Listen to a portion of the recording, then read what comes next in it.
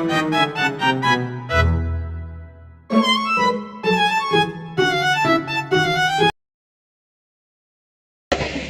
everyone! I'm here with Group 2 and let us to introduce ourselves from me. My name is Jericho Sugianto. I'm Elena Syaputri. My name is Ivan Kurniawan. My name is Jairi Romo Kurniawan. And I'm Pahaman Khalif. Finally, I am Justin Kani, and we are here to share our information and our plot on Borneo. Check this out! As we were in the Mahkota Hotel lobby waiting to check in, my attention was drawn to a man sitting casually on the small stage. His attire, which is included a traditional Dayak headdress adorned with feathers, made him look very dignified. However, my attention the most was the musical instrument he was playing. Its shape resembles a guitar, but with such distinctive and beautiful carving, a sape, the broad-stringed instrument of the Dayak people. His fingers danced across the string, producing a gentle, calm, and heartwarming melody. Behind him, a large painting of a woman also holding a sape further enhanced the atmosphere. The sounds of the sape seems to be a bridge connecting me to the cultural richness of Kalimantan, inviting me to immerse myself in the harmony of nature and tradition. I was thinking about how rich Indonesian culture is and believe that the melody of his sape is a bridge connecting the past with the present. The experience of listening to the sape's melody live was truly a moment I will never forget. I had two opportunity to live in Samarinda, where is often interested with the Bugis community. I saw how their culture continues to live on even far from South Sulawesi, especially toward the honesty of Bugis trader in the market and the value of Shirine Pass, which emphasizes self-respect and integrity. I also enjoyed joining a traditional Bugis wedding, where the atmosphere was warm, lively, and full of togetherness. From through experiences, I learning to migration does not mean losing one identity, but rather upholding continuing working hard and maintaining solidarity wherever I live. During my vacation in Kalimantan, I had the chance to see some traditional dance. First, I watched the Kansat Lado dance from the Dayak Kenya tribe. A female dancer stood on a gong while holding a hornbill feather. I felt amazed by her graceful and balanced movements.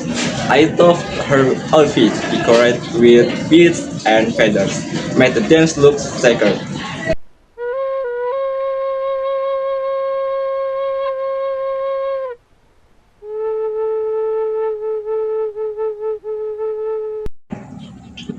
Next, I saw the Hudok dance.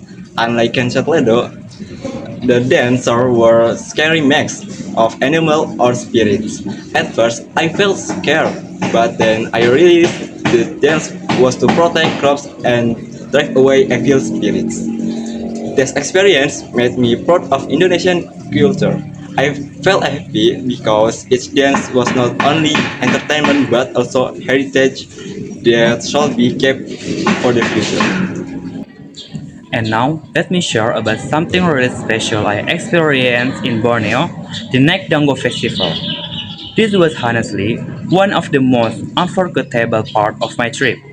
It's a traditional Dayak ceremony where people give thanks after the rice harvest and pray for the next one. The atmosphere was just amazing.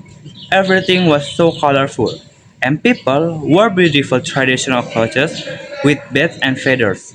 There were also traditional dances with super energetic music. I even tried to join the dance, and honestly, I'm not that good, but it was fun. This experience really showed me how unique and beautiful Dayak culture is. I'm so happy I got the chance to see it.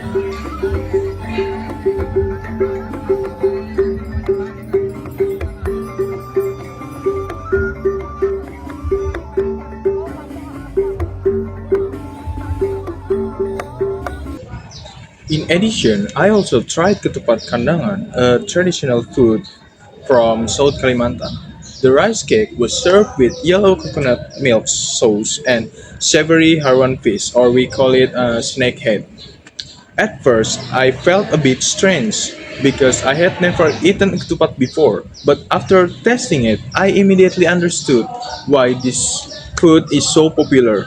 Its rich coconut flavor combined with tender snakehead fish and strong spices make it a favorite food that is both filling and delicious.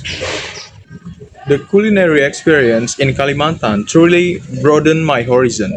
I realized that every region has its own unique taste born from its culture and tradition.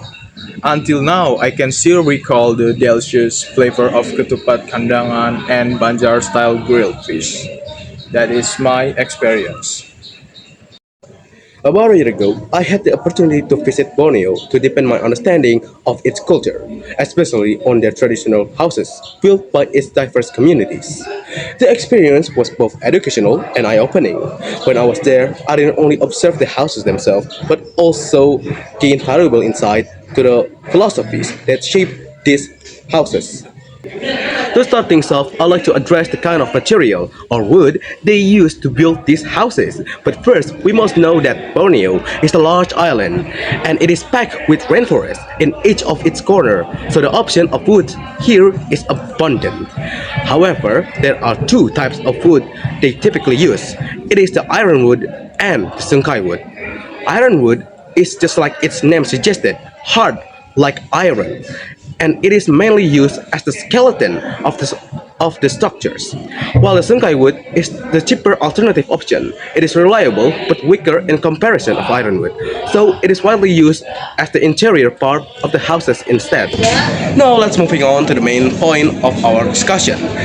Among the traditional houses that I encountered myself, I think the Dayak Long houses is the most fascinating one. As its name suggested, it is an elongated, enormous structure stretching for tens of meters. Its purpose is not only practical, but also deeply social.